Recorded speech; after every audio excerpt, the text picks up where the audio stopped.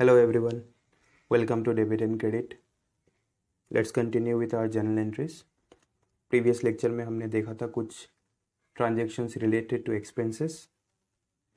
इस वीडियो में हम देखेंगे कुछ ट्रांजेक्शन्स रिलेटेड टू रेवेन्यूज़.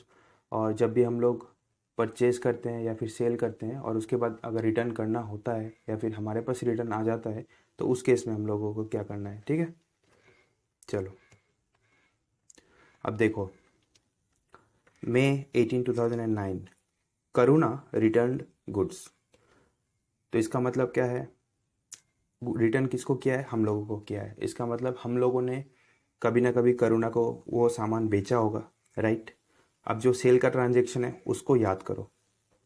मान लो कि ये सोल्ड गुड्स टू करुणा है, ठीक है. तो उस केस में क्या होता? करुणा नाम लिखा हुआ है तो इसका मतलब क्रेडिट सेल्स है, राइट. तो इसका मतलब हम लोगों को क्या लिखना पड़ेगा? Karuna account debit to sales account. ठीक है, अगर आपको याद है करुणा आपके लिए एसेट हो जाता है और एसेट इंक्रीज होने पे डेबिट, तो इसका मतलब Karuna account debit to sales account. Sales मतलब revenue, increase in revenue, right. अब देखो करुणा हमारे पास फिर से सामान लेके रिटर्न लेके आ गया, ठीक है. तो उस केस में हमको क्या करना पड़ेगा? करुणा जो भी हमारा डेटर था वो तो हमारा कम गया. क्यों? क्योंकि ही और she is no longer needed to pay us in future. वो सामान लेके गया था तो इसका मतलब उसको पेमेंट करना था. अब तो वो सामान रिटर्न कर दिया तो इसका मतलब उसको पेमेंट तो नहीं करना है ना. तो इसका मतलब आपका डेटर्स कम गया. डेटर्स कम गया मतलब क्या होता है? Asset decrease. एसेट डिक्रीज होने पे क्या होता है? क्रेडिट. तो इसका मतलब करुणा करुणा जो सेकेंड अकाउंट इफेक्ट होगा वो कहाँ जाएगा? क्रेडिट साइड पे जाएगा. क्यों जाएगा? क्योंकि करुणा पहले आपके लिए डेटर था बट अब वो डेटर नहीं रहा क्योंकि उसने सामान को रिटर्न कर दिया, राइट. तो इसका मतलब एसेट डिक्रीज. तो करुणा क्रेडिट साइड पे जाएगा.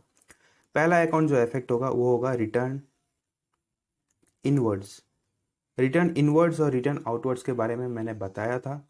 रिटर्न इनवर्ड्स, इन मतलब आपके पास आ रहा है, इसका मतलब ये सेल्स रिटर्न होता है, ठीक है. और आउटवर्ड का मतलब होता है परचेज रिटर्न. मतलब आउट मतलब आप अपने अपने से दूर कर रहे हो, ठीक है.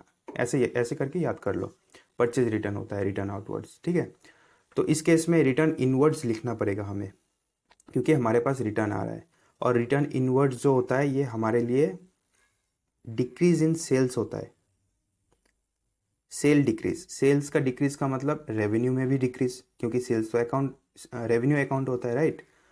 तो रेवेन्यू अगर डिक्रीज होता है तो क्या होता है? डेबिट होता है. तो इसका मतलब क्या है? रिटर्न इनवर्ड्स को हमको डेबिट करना पड़ेगा. क्यों? क्योंकि this is a decrease in revenue. और करुणा क्रेडिट क्यों है? क्योंकि वो पहले आपका डेटर था और अब वो डेटर आपका नहीं रहा. इसका मतलब एसेट डिक्रीज. ठीक है, आई गेस समझ में आ गया होगा आपको. चलो नेक्स्ट ट्रांजेक्शन देखते हैं, उसमें और भी क्लियर हो जाएगा. ये देखो, रिटर्न गुड्स टू वरुण. मतलब हमने वरुण को सामान रिटर्न कर दिया. इसका मतलब वरुण से हमने खरीदा था, राइट. अब जब खरीदा था उस ट्रांजेक्शन को याद करो वरुण से.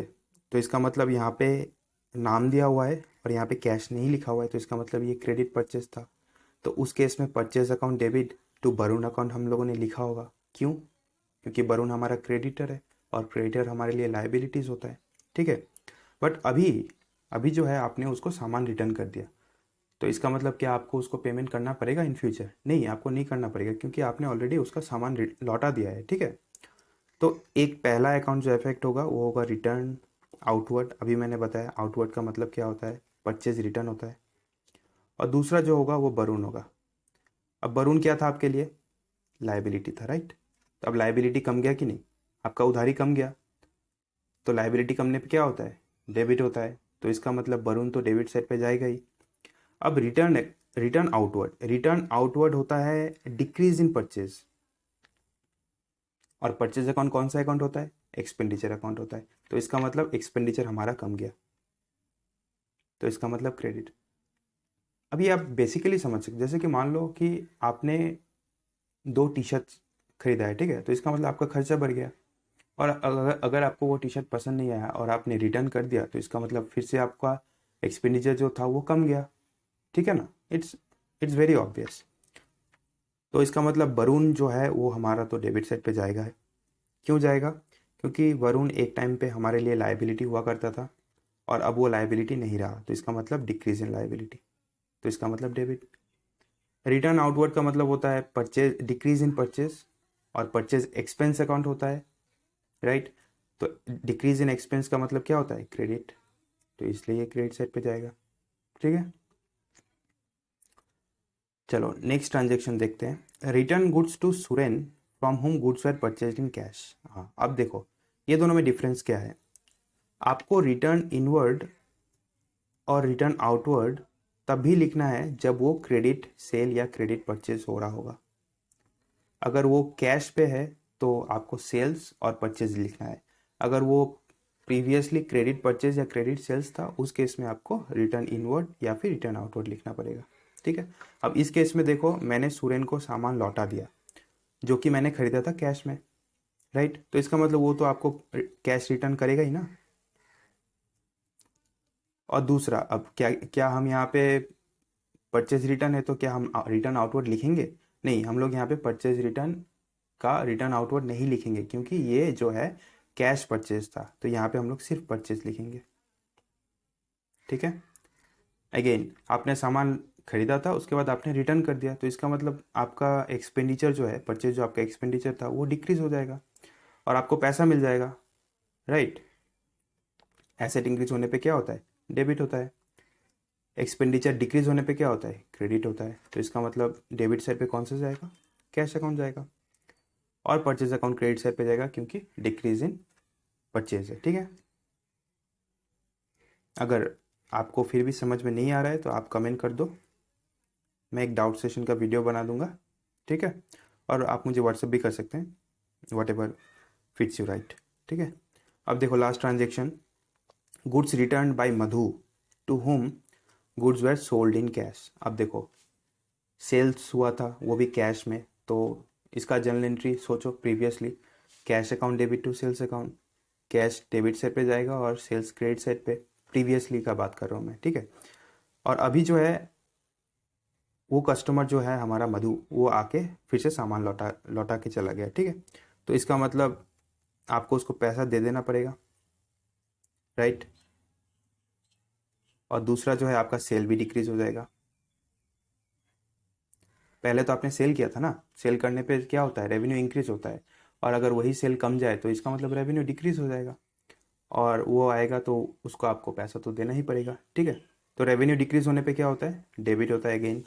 और एसेट अगर डिक्रीज हो रहा है तो क्या होता है, क्रेडिट। ये देखो, सेल्स अकाउंट डेबिट हो जाएगा और कैश अकाउंट क्रेडिट, ठीक है। और एक बात मैं बता दूँ, ये शायद आपको हेल्प करे। जैसे कि कहीं पर भी अगर रिटर्न का केस है और अगर वो परचेज हो या सेल्स हो, तो आपको बस एग्जैक्टली उसका ऑपोजिट लिख देना है।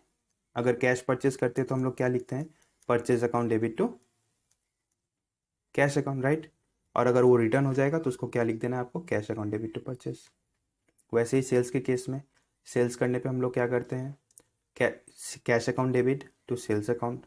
अगर कैश सेल्स का रिटर्न हो रहा है तो आपको लिख देना है सेल्स टू कैश, ठीक है। और जब भी क्रेडिट परचेज या क्रेडिट सेल्स हो तो उस केस में आपको रिटर्न इनवर्ड और रिटर्न आउटवर्ड लिखना पड़ेगा, ठीक है, अदरवाइज नहीं चाहिए। अब एक बात मैंने आपको बताया था, कोई भी वर्ड के पहले या बाद अगर आपको रिसीव्ड दिखे तो समझ लेना कि वो कौन सा अकाउंट होता है, या राइट, रेवेन्यू अकाउंट होता है, ठीक है। तो यहाँ पे जितना भी है सब रेवेन्यू हो जाएगा, ठीक है। अब पहला वाला देखो, रिसीव्ड इंटरेस्ट ऑन लोन, मतलब आपको इंटरेस्ट मिला, क्यों मिला, क्योंकि आपने किसी को लोन दिया था, राइट। अब यहाँ पे कुछ बोला नहीं है तो आपको क्या एज्यूम करना है, कैश। तो एक तो कैश मिलेगा आपको, दूसरा आपको मिलेगा, वही कैश मिलेगा in the form of interest, right. Cash मिलेगा तो एसेट इंक्रीज होगा, ठीक है। और अगर इंटरेस्ट मिल रहा है तो इंटरेस्ट आपके लिए रेवेन्यू होता है, रेवेन्यू इंक्रीज। एसेट इंक्रीज होने पे क्या होता है, डेबिट। रेवेन्यू इंक्रीज होने पे क्या होता है, क्रेडिट। बस जनरल एंट्री लिख दो, cash account debit to interest on loan receipt, ठीक है। नेक्स्ट ट्रांजेक्शन देखो, अगेन रिसीव्ड कमीशन। अब यहाँ पे कुछ बोला नहीं गया है, बाई चेक है या कुछ है, तो हमको क्या एज्यूम करना है, कैश है। एक तो कैश होगा ही, और दूसरा होगा कमीशन। ठीक है, अगेन आपको पैसा मिल रहा है तो एसेट इंक्रीज होने पे डेबिट होता है। कमीशन आपके लिए रेवेन्यू हो जाएगा, रेवेन्यू अगर आपका इंक्रीज हो रहा है तो क्या होता है, क्रेडिट। ये देखो, cash account debit to commission received account credit. अब नेक्स्ट केस में देखो, यहाँ पे क्या बोला है, receive dividend from XY limited by cheque. अब यहाँ पे मेंशन कर दिया है चेक, तो चेक जो है आप कहाँ डिपॉजिट करोगे, बैंक में। इसका मतलब बैंक का पैसा भरेगा, बैंक में आपका पैसा भरेगा। और दूसरा जो है आपका डिविडेंड है।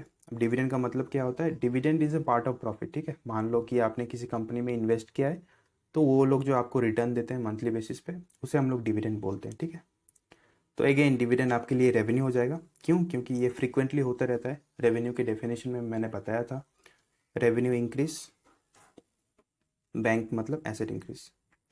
ये डेबिट हो जाएगा और ये क्रेडिट हो जाएगा। ठीक है, ये देखो, bank account debit to dividend received account. Last transaction देखो, again received interest from UTI by check.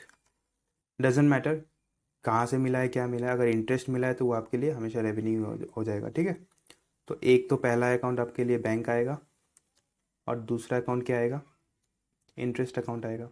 Interest क्या होता है, रेवेन्यू, रेवेन्यू इंक्रीज, और यहाँ पे अगेन एसेट इंक्रीज। ठीक है, ये देखो, bank account debit to interest received account credit. ठीक है, चलो आई गेस आप लोग को समझ में आ गया होगा।